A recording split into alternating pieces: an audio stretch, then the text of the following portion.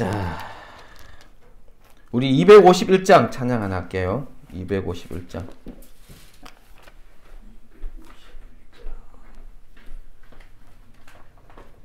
우와, 거의 다 맞췄는데.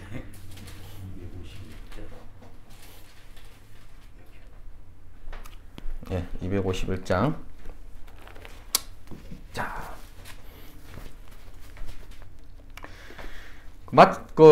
요 찬양 마치면요, 우리 간단하게 홍성지 선생님 한번 기도 한번 해주시죠. 놀랍다 주님의 큰 은혜, 우리의 죄를 속하시려 갈보리 십자가 위에서 어린 양 보혈을 흘렸네. 주의 은혜 우리의 죄를 다 씻었네. 주의 은혜 우리의 죄를 다 씻었네. 죄악은 성난 파도같이 우리 영혼을 위협하나 헤아릴 수 없는 주네. 십자가에서 보이셨네.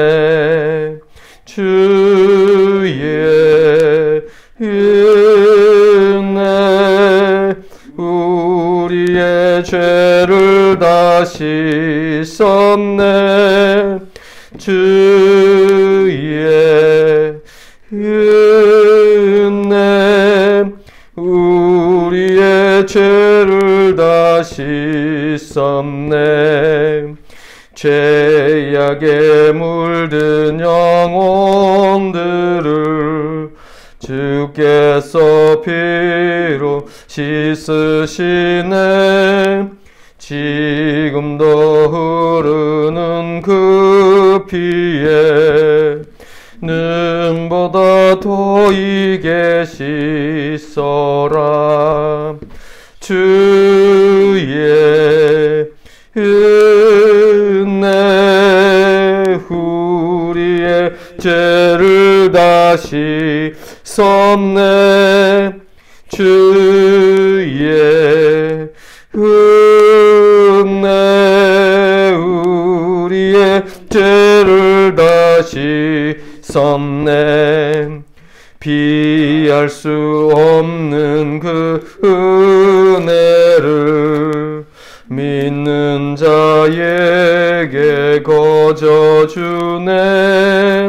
형제여 주 앞에 나와서 더 지체 말고 곧 받으라.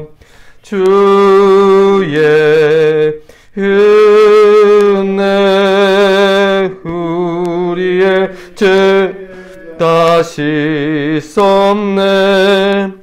주의 은혜 우리의 죄를 다 씻었네.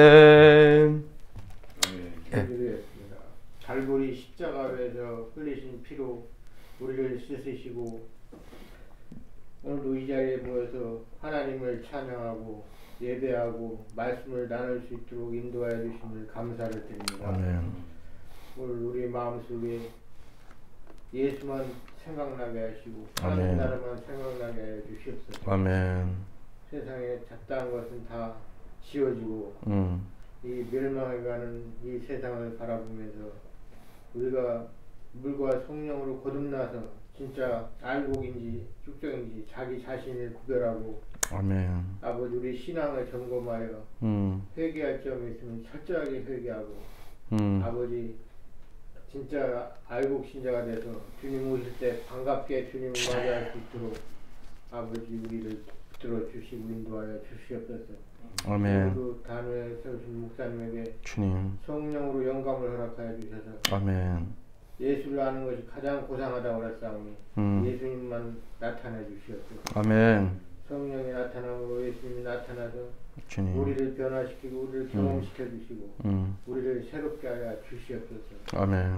감사드리며 예수님 이름으로 기도드렸습니다. 아멘. 예, 저번에 제가 이제 기억나는 게 그 로마서 7장을 얘기했는데 기억이 하나도 안 나죠. 그래서 한 번 더 로마서 7장에 대해서 한 번 더 간략하게 제가 한번 정리를 할게요. 로마서 7장, 제가 가진 성경책 247쪽에 있네요. 로마서 7장. 로마서가 신약에 있어요. 신약에. 로마서 7장. 예. 로마서 7장 찾으셨어요? 로마서 7장 1절에 보면 이렇게 나와요. 형제들아 내가 법아는 자들에게 말하노니, 여기 이제 7장의 내용이 뭐냐 하니까 법아는 자, 이 법 안다는 것은 율법이거든요. 안다는 것은 기네스코인데, 이게 이제 그 헬라어로 기네스코로 하지만은 히브리어로 이제 본래는 유대인이 사도 바울이 유대인이잖아요. 근데 그 당시에는 이제 로마가 다 지배하고 있었기 때문에 오늘날 영어를 쓰듯이 그 당시에는 헬라어를 썼어요. 근데 이 성경은 그 히브리어로 이렇게 기록이 되어졌거든요. 그래서 어떻게 보면은 이게 안다라는 것이 히브리어는 야다예요. 야다라는 단어를 쓰는데 헬라어는 이제 기노스코라고 이렇게 원어에 나와 있어요. 근데 여기서 안다는 의미가 뭐냐니까 법 아는 자들에게 말한다. 이 말이 뭐냐니까요. 법을 세상 사람들은 그의 개념이나 그냥 어떤 지식으로 아는 그런 것이 아니고요. 여기서 안다는 것은 법으로 철저하게 살아보는 사람을 얘기해요. 법으로 이스라엘 백성들이 율법 가지고 철저하게 살아봤잖아요. 누구보다도 사도 바울이 그렇게 살아봤어요. 율법을 철저하게 지켜보려고 하고 철저하게, 왜냐하면 바리새파 출신이니까. 바리새인들은요, 이 율법을 철저하게 지키려고 했던 사람이죠. 그래서 율법을 지키려고 해본 경험을 가지고 있는 많은 유대인들을 향해서 이 율법과 이 죄에 대해서 좀 설명을 하려고 그래요. 여기서 이제 7장에서 제일 많이 나오는 단어가 율법 그리고 죄, 이 두 단어가 제일 많이 나와요. 그럼 율법이 한 16개 이상, 죄도 한 16개 이상 나올 거예요. 그러면은 7장은 뭐에 대해서 얘기하는 것입니까? 율법과 죄가 제일 많이 나온다. 이러면 율법과 죄와 죄에 대해서 설명하는 거구나. 이렇게 이제 이해할 수 있겠죠. 그죠? 그래서 사도 바울이 율법을 철저하게 지키면서 이스라엘 백성들이요, 복음을 선포하고 복음을 가르치는데 복음을 안 믿으려고 해요. 왜 안 믿으려고 하니까 자기들이 율법의 사람들이고 율법이면 된다고 생각했는데 그러다 보니까 이 복음에 대한 이해를 잘 못하는 거예요.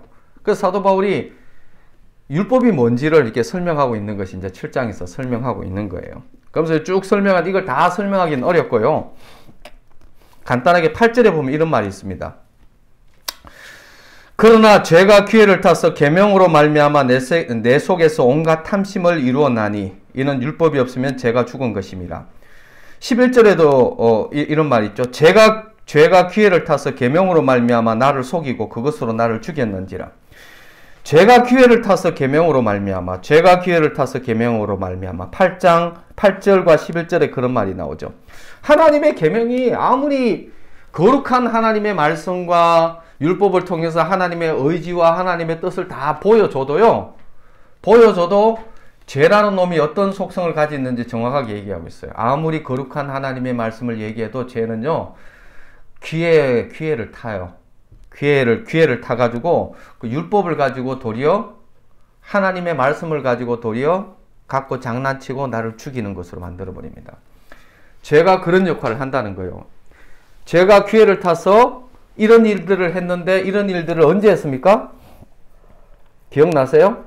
이런 일들을 했을 때 아담과 하와 생각이 딱 나셔야죠. 아담과 하와 때 그랬어요. 하나님께서 이 선악과 따먹지 말라고 하니까 제가 기회를 타서 사단이가 와가지고 그 얘기하죠. 야, 저거 먹지 말라고 하더냐? 그러면서 야, 저거 먹으면은 네 눈이 밝아져서 하나님같이 된다고 그러죠. 그러면서 어떻게 해요? 하나님의 계명, 하나님께서 선악과를 주신 것은 다른 의미가 아니에요. 사랑의 언약이에요. 사랑의 계명이고 사랑의 법이에요. 그게 왜 그러냐니까 인간은요, 하나님 없이는 살 수 없는 존재거든요. 하나님과 연합되어서 살아가는 존재가 인간이었는데, 이 인간이 하나님을 떠나버리면 어떻게 돼요? 예. 고래가 하나님 물 떠나면 죽는 것과 같이, 나무가 땅 떠나면 죽는 것과 같이, 인간 본래 존재된 그 목적이 하나님의 형상, 하나님을 드러내고 하나님과 연합되어진. 그래서 하나님께서 인간에게 있어서 가장 생명이 뭐냐니까요. 하나님 떠나면 큰일 나는 거예요. 예? 하나님과 연합되어졌을 때, 그래서 하나님께서 뭘 얘기하냐게 계명을 하나 주고 계속 자기 아이덴티티, 자기 정체성을 확인시켜 주는 거예요. 너는 창조자가 아니다. 너는 피조물이다. 그리고 나를 떠나서는 넌 살 수 없다. 그리고 네의 정체성을 알아라. 내가 하나님이고 네가 창조주가 아니야. 그리고 너는 나 없이는 살 수 없는 존재다. 그게 바로 인간이거든요. 그걸 지키라고 선악과를 동산 중앙에다가 뒀어요. 그 동산 중앙은 가장 눈에 잘 띄는 것이잖아요. 그 가장 잘 띄는 그 동산 중앙에 볼 때마다 아담과 하와는 아마 자기 정체성을 발견해서 나는 하나님의 형상이지, 하나님을 드러내는 존재이지, 나는 창조주가 아니지, 나는 피조물이지, 그리고 나는 하나님과 연합된 존재지라는 것을 자기 정체성을 계속 확인했을 거예요. 근데 사단이가 와서 기회를 타서 어떻게 해요? 그 계명을, 사랑의 계명을 네가 하나님이 돼. 능력도 하나도 없는 것이 지가 하나님 되면 어떻게 돼요? 네 눈이 밝아져서 하나님같이 될 거야. 기회가 타가지고 하나님의 계명을 어떻게 해요? 그 계명을 가지고 장난치면서 도리어 나를 죽이는 그 역할을 하게 하죠. 그게 죄의 속성이에요. 그래서 오늘날요, 이 포스트 모던 시대에 다 자기가 하나님이에요. 자기 기준이 하나님이고, 자기 생각이, 자기 느낌이 하나님이에요. 지가 좋으면은 진리고, 지가 싫으면은 비진리예요. 지 생각에. 아니, 그 뇌를 만드신 하나님인데, 응? 하나님이 우리 뇌보다 못하겠어요? 아무리 뭐 석삭이고 박삭이고 뭐 그냥 석학이고 하더라도 그 석학의 대가리를 주님이 만드셨는데, 그 하나님이 그 석학의 그 대가리 머리보다 못하겠어요? 자꾸 이게 죄송해요. 이 언어가 자꾸 이렇게 순화된 언어가 안 나와가지고 하여튼 이걸 보실 때에 좀 이렇게 양해를 부탁드립니다. 인간이 우리 머리에 제한되시는 하나님이 아니에요. 우리 머리보다 하나님의 어리석음이 인간의 똑똑함보다 100배, 1000배 나아요. 인간이 똑똑해봐야 하나님 알 수 없습니다. 천지의 세포 하나도 모르고 천지 질서가 어떻게 돌아가는지도 인간 몰라요. 예? 그러면서도 자기가 하나님 되려고 하고 하나님이 어떠니 저떠니 뭐 헛소리 해쌓고, 그러면 또 그게 또 뭐 대단한 양 또 그냥 그 인용해쌓고 얘기해쌓고 하는 그 비상식적인, 상식으로 생각해도 다 아는데 그 비상식적인 생각에 우리는 더 마음이 끌리죠. 왜 그럴까요? 예, 우리 태생이에요. 태생이 땅의 태생이고 멸망할 태생이라서 그래요. 모르죠. 왜 모를까요? 예, 어두운 가운데, 흑암 가운데, 이 땅의 지배자가 어두운 가운데 우리의 눈이 있지만은 보지 못하게 만들고, 귀가 있지만 듣지 못하게 만들고, 자기가 보고 듣지 못하고 보지 못하는 것조차도 모르고 살아가고, 그래서 자기 느낌과 감각과 자기가 좋은 것, 그래서 자기의 기준으로, 사실 오늘날이 소피스트 시대죠. 소피스트 시대. 인간은 만물의 영장이다. 그러면서 뭐 인간은 자기가 절대 기준이 되는, 인간이 절대 기준이 되는 시대에 살아가는 거죠. 어떻게 보면 동일하게 아담과 하와 때나 지금이나 뭐 똑같아요. 사실은 똑같아요. 우리가 영적으로 이게 눈이 안 열려서 그게 얼마나 심각하고 그게 얼마나 정말 그 뭐랄까 해야 되나, 이게 그 독하고 이 해로운지를 몰라서 그런 거죠. 그냥 온통 이 병든 자, 세상에 훈련받고 세상의 기준에 붙들려 있어서 그렇게 살아가는 거죠. 왜냐하면 태어날 때부터 그렇게 태어났습니다. 하나님 없이 태어났어. 하나님 없이 훈련받고, 그래서 그것이 전부인 줄 알고 살아가는 존재가 되어졌죠. 그래서 죄라는 것은요, 귀에만 아무리 하나님의 거룩한 말씀이라도 그거 가지고 장난치고 하는 것이죠. 근데 13절에 보면 이런 것이 있습니다. 그런즉 선한 것이 내게 사망이 되었냐? 그럴 수 없네. 오직 죄가 죄로 드러나기 위하여 선한 그것으로 말미암아 나를 죽게 만들었으니 이는 계명으로 말미암아 죄로 심히 죄되게 하려 함이라. 우리가 율법은 신령한 줄 알거니와 나는 육신에 속하여 죄 아래 팔렸도다. 근데 이게 무슨 얘기냐니까요. 율법을 우리에게 주신 것이 뭐냐니까, 사람들은요 자기가 죄인이라는 거 모릅니다. 왜 모르냐니까요, 그나마 7장은요 법 있는 사람, 율법을 정말 지켜보려고 하는 사람들, 정말 율법을 가지고 하나님의 이 계명을 가지고 철저하게 지켜보려고 하는 사람, 몸부림쳐 본 사람, 하나님 말씀으로 순종해 보려고 정말 피 흘리기까지 나름 싸워본 사람들만이 죄의 심각성을 이해할 수 있지, 그냥 뭐 율법도 모르고 법도 모르고 뭐 지 마음대로 산 사람은 이 죄가 뭔지 몰라요. 제가 이 얘기해도 내 말이 뭔지도 모를 거예요 아마. 종교개혁이 일어났던 마틴 루터나 존 칼빈도 동일해요. 그런 사람을 워킹 하스피리라 했어. 왜 워킹 하스피리? 온몸이 이 고행을 했던 거예요. 죄를 이겨보려고 온갖 고행을 하고 죄와 싸워봤는데 결론이 뭐냐니까 비참한 거예요. 죄를 이길 수 있는 존재가 아니라는 거. 결국은 뭘 깨달았냐? 자기는 심판 가운데 지옥에 던져질 존재밖에는 아니다라는 것이 결론 나는 거죠. 그래서 오직 우리 인간에게는 구원받을 길이 없고 오직 구원자만이, 오직 믿음으로 구원을 받는다라는 것이 결론 나게 되어지면서 우리의 인간의 그 당시 천주교의 가톨릭의 선행으로 구원받는 것이 아니라 믿음으로 구원받는다라는 것들이 그때 이제 프로테스탄트,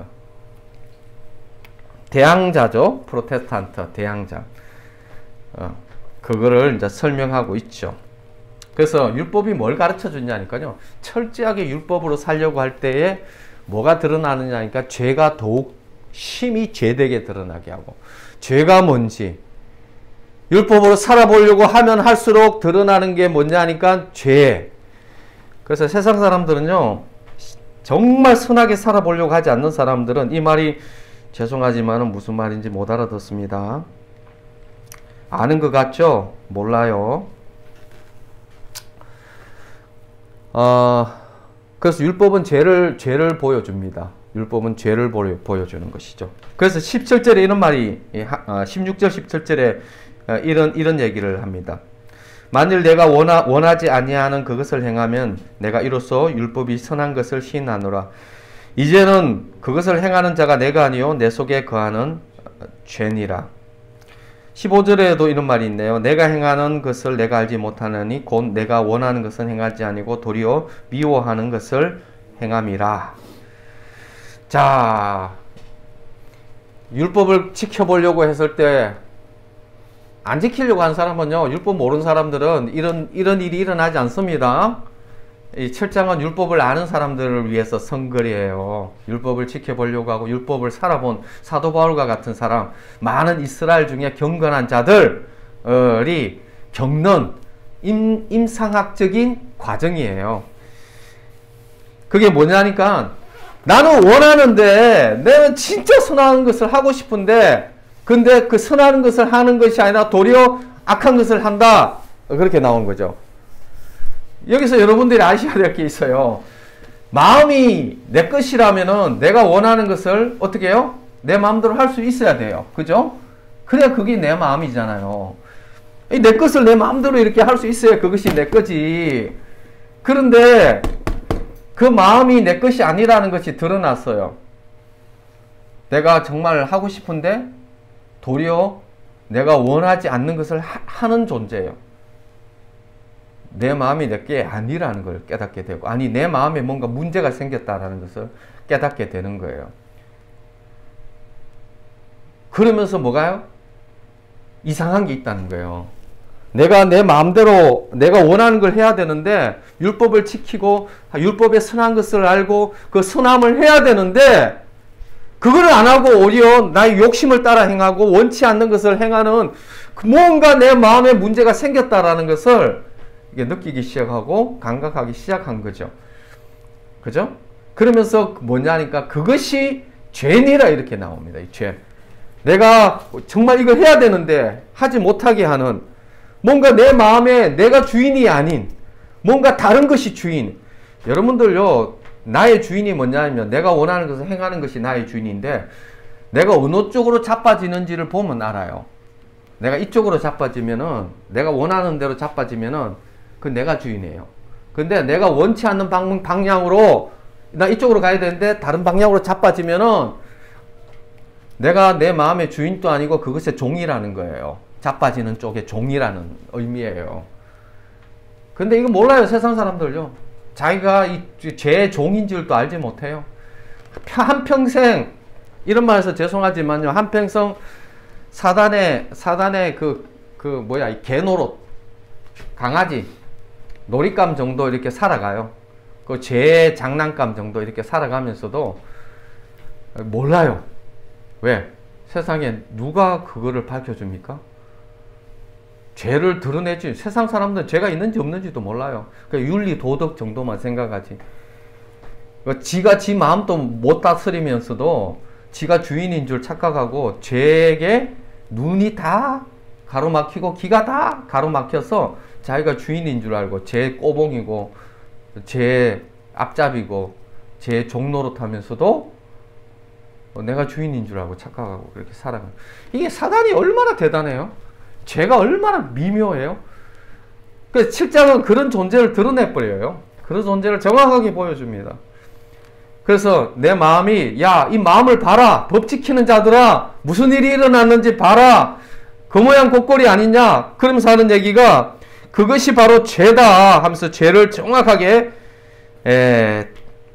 20절에도 그러죠. 만일 내가 원하지 아니하는 그것을 하면 이를 행하는 자가 내가 아니요 내 속에 거하는 죄니라. 그러면서 21절에 내가 한 법을 깨달았다. 선을 행하기 원하는 나에게 악이 함께 있는 것이로다. 그러면서 하나의 법칙을 깨닫다는 거예요. 내 마음에 법칙이 있는데 이게 뭐냐니까 내 마음에 선을 행하기를 원하는데 이 악이 함께 있다라는 거예요. 근데 그러면서 어떻게 해요? 내 속사람으로는 하나님의 법을 즐거워하되 내 지체 속에 다른 한 법이 내 마음의 법과 싸워 내 지체 속에 있는 죄의 법으로 나를 사로잡는 것을 보는도다. 오호라 나는 공고한 사람이로다. 이 사망의 몸에서 누가 나를 건져내랴. 그러면서 뭘 깨달았냐니까 내 마음에 어떤 다른 법칙이 있다는 거예요. 어떤 법칙이 있냐니까요. 이런 거예요. 여러분들 헐크 보셨어요? 헐크 여기서 그 23절에 죄의 법으로 나를 사로잡는 것을 보는도다. 이 말이 사로잡다가 이게 전투용어예요. 전투용어. 포로되어지고. 그러니까 사도 바울이 그리고 이 법 아는 자들이 뭘 했냐 하니까 치열한 생명을 걸고 전투를 한 거예요. 정말 이 죄와 치열하게 하나님 말씀을 지켜보려고 그야말로 전투가 일어난 거예요. 전투가 일어났는데 어떻게 됐냐니까 완전히 산꼽이 터지고 병신되어지고 막 머리채 잡혀가지고 포로되어가지고 질질 끌려가는 헐크가 한 마리 있는데, 무시무시한 헐크가 있는데, 그놈하고 막 전투를 벌인 거예요. 막 방맹이 들고 막 때리고 막 총을 쏘고 했는데, 뭐 그런 게 통하지 않는 거예요. 한마디로 그냥 막 헐크가 빰만 하면 쳐도 막 그냥 이 대가리가 몇 번 돌아갈 정도로 그냥 손만 하면 내리 찍어버려도 완전히 그냥 땅에 꼽혀버릴 정도로 그 완전히 병신이 돼가지고 내 안에 내가 이길 수 없는, 내가 감당할 수 없는 존재가 있다는 거예요.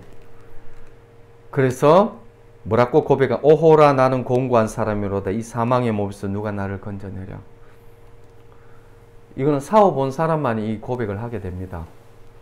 법 아는 자들만은 이 고백을 하게 됐죠. 법 모르는 자들은 뭐 헐크가 있는지 뭐가 있는지 아무것도 모르죠. 그냥 뭐 적당히 그냥 이렇게 종노릇하면서 그냥 행복하게 종노릇하면서 살아가는 거죠. 세상 따라가고 뭐 그래가지고 마지막 뭐 이렇게 죄 따라서 그냥 지옥에 뭐 가서 그냥 뭐 평생 그냥 영원한 그 심판을 받는지도 모르고 살아가는 거죠.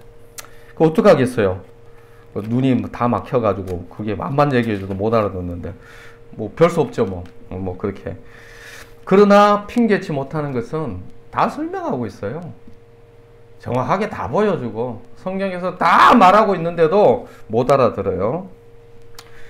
그래서 이거는 존재적인 절망입니다. 존재적인 절망. 사실요, 그 다윗 왕 같은 경우도 보면요, 정말 골리앗을 치고 엄청난 그 성왕이었어요. 어려운 왕이었지만은 나중에 하나님의 은혜만 딱 이렇게 딱 거두어지니까요, 정말 비열한 짓 합니다. 예? 정말 자기의 충신이 전쟁터에서 생명 걸고 자기 나라를 위해서 싸우고 있는데 아내를 취해버립니다. 간통해버리죠. 아기가 배었어요. 아기가 배었으니까 이거를 숨기려고 그 우리아를 데리고 와가지고 잠을 재우게 만들려고 해요. 그래서 지 아들 아닌 것 같이 이렇게 속이려고 했는데 우리아가 얼마나 충신이냐니까요. 동료들이 전쟁터에서 죽어나가는데 내가 어떻게 아내와 잠을 잘 수 있겠네 해서 집에 들어가지도 않습니다. 그럼 어떤 일이 일어납니까? 이거 완전 다윗이 이제 큰일 난 거예요. 그러니까 어떻게 해요? 편지를 보내가지고 우리아를 전쟁터에서 살인교사로 죽여버립니다. 그리고 어떻게 해요? 자기 아내로 맞아들이는 거죠. 얼마나 비열합니까? 그렇게 골리앗을 치고 어려운 왕이 성군이라고 했던 그 다윗도 하나님 은혜가 없으면요 거짓합니다. 저는 진짜 죄를 윤리 도덕으로 말하면요, 저 죄를 거의 안 지었습니다. 거의 어렸을 때 그 아이스크림 훔쳐 먹은 거고 또 그리고 또 뭐죠? 과자 하나 그거 하여튼 그거 외에 크게 죄를 짓지는 않았는데요. 만약에 하나님께서 나에게 죄를 지을 수 있는 기회와 여건과 환경을 허락하셨으면요, 히틀러보다 더 악독한 짓을 저는 했을 것입니다.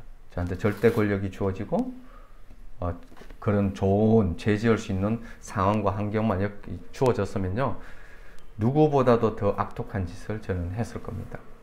이게 인간입니다. 근데 왜 이걸 모르느냐? 그래서 대부분 사람들요, 자기가 죄 안 지었으면요, 큰 소리 칩니다.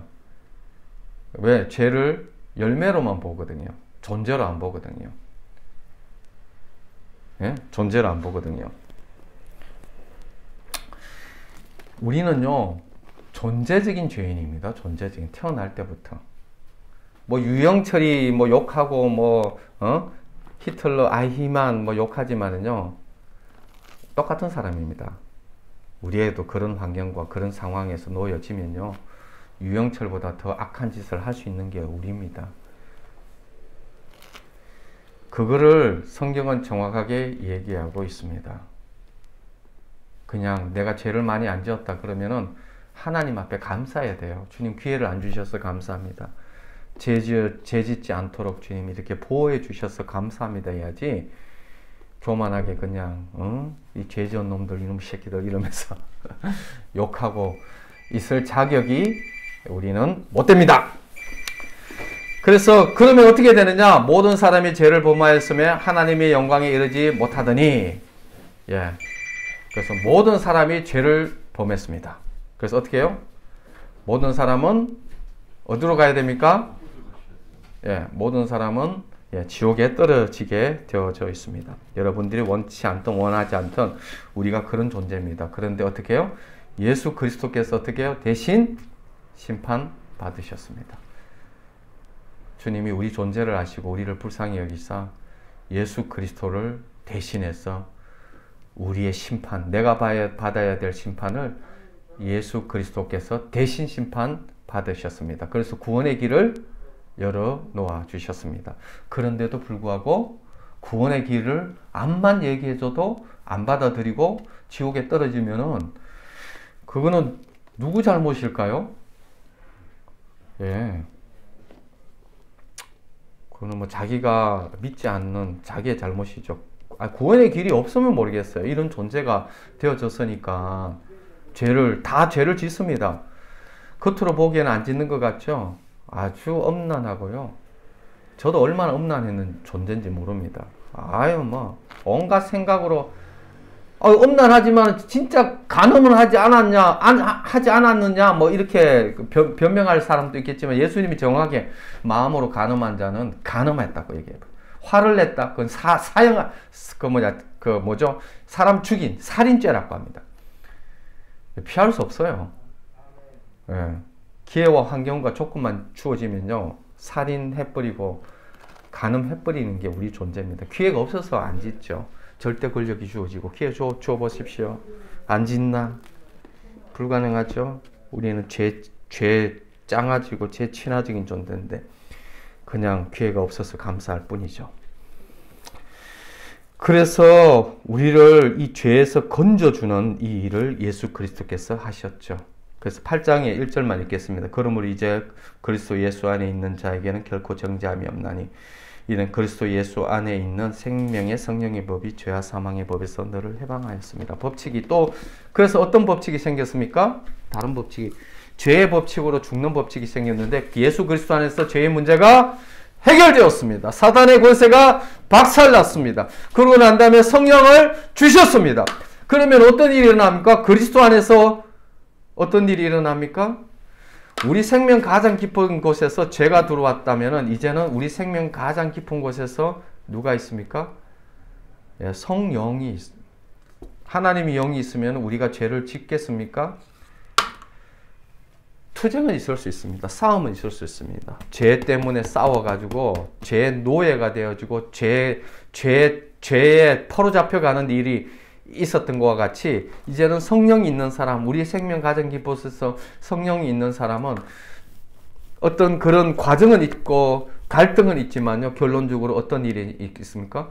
우리 마음속 가장 깊은 곳에 죄가 있을 때는 죄의 종이 되지만요, 우리 가장 깊은 곳에서 성령님이 있으면요, 성령의 종이 되어지는 것이죠. 그래서 그 일을 누가 하셨다고요? 예수 그리스도께서 하셨다. 우리가 할 수 있는 것이 아니라요, 주님이 하셨고 그 길을 다 열어놓아 주셨습니다. 피할 수 없죠. 이 일들을 주님이 다 하셨는데 믿지 않으면은 그냥 뭐 지 수준으로 살고 지 생각으로 살고, 이게 제 말이면 얼마나 좋겠어요. 이건 하나님의 말씀이고 진리인데 이걸 안 믿으면은 어떻게 해요? 뭐 자기 수준으로 살다가 뭐 가야죠. 뭐 어떻게. 제발 여러분들 회개하시고요. 우리가 주님 앞에서 우리가 죄에서 벗어날 수 없는 존재라는 거, 우리 생명 깊이 죄가 들어왔다는 존재라는 것을 여러분들 꼭 인식하시기를 축원드립니다. 우리는 이길 수 없습니다. 불가능해요. 사람으로는 안 됩니다. 제가 50년, 60년 살아보면 알잖아요. 50년, 60년 살았는데도 이거 모른다 하면은 정말 문제 있습니다. 제가 이제 한 반백년만 살아도 알겠더라고요. 나는 죄 못 이기는 존재라는 거, 불가능하다는 존재라는 거. 그리고 주님의 구원 없이 주님의 용서함 없이, 주님의 도움 없이는 살 수 없는 존재라는 거 결론 나게 되어지죠. 그래서 예수 그리스도입니다. 더욱 예수 그리스도예요. 그리스도 안에서 죄의 문제가 해결되어지고, 그리스도 안에서 사단의 권세가 박살내고, 그리스도 안에서 주님이 성령을 우리에게 주시기 때문입니다. 그래서 어떻게 내 죄가 심각하면 심각할수록 뭘 붙들어야 됩니까? 더욱 예수를 붙들어야 됩니다. 내게 문제가 크면 클수록 뭘 붙들어야 됩니까? 더 크게 예수를 붙들어야 됩니다. 그래서 복음화 된 사람과 복음 안 된 사람의 특징이 뭐냐니까요. 복음을 모르는 사람은요, 문제가 생기면 생길수록 문제로 빠져들어갑니다. 예수를 떠나요. 하나님 떠나고 문제로. 근데 복음을 아는 사람은요, 문제가 생기면 생길수록 어떻게 해요? 더욱 예수를 붙였습니다. 왜? 예수 안에 해답밖에 없으니까. 다른 길 없습니다. 예수 안에 존재적인 문제를 해결한 것이 예수밖에 없기 때문에 문제가 심각하면 심각할수록 더욱 예수께 나오는데, 복음을 모르는 사람은요, 수백 번 듣고 교회를 다니더라 문제가 생기면 생길수록 문제에 빠져가지고 못 헤어나옵니다. 구원의 길 다 주셨습니다. 주님이 이미 다 끝장내 주셨어요. 다 해결해 놓으셨는데도 불구하고 안 믿는 거지. 악심이죠, 악심. 믿지 않는 것은 악심이라고 했습니다. 끝까지 믿으시고 주님이 주시는 이 구원을 누리시기를 축원합니다. 기도하겠습니다. 아버지 하나님 감사합니다. 우리가 죄인입니다. 정말 사도 바울과 같이 철저하게 율법으로 살아보려고 한 사람들에게 율법으로 살 수 없고 죄가 기회를 타서 우리를 죽이는, 그래서 율법을 통해서 죄가 드러나게 되어지고 내 안에 더러움이 드러나게 되어지고 마침내 오호라 나는 공고한 사람이라도 이 사망의 몸에서 누가 나를 건져내려, 이 고백밖에 할 수 없는 존재적인 죄인인 것을 비로소 알게 되고, 비로소 우리에게 예수 그리스도 아니고는 살 수 없는 존재라는 것 깨닫게 하시는 하나님을 찬양합니다. 모든 것 감사하며 예수 그리스도 이름으로 기도드립니다. 지금은 우리 주 예수 그리스도의 크신 은혜와 하나님의 크신 사랑하심과 성령님의 교통하심의 역사가 죄를 알고 또 거기에서 구원하신 예수 그리스도의 복음으로 나가기를 원하는 주의 백성들 위해 지금부터 영원토록 함께 하시옵기를 간절히 축원하옵나이다. 아멘. 빨리 마쳤죠?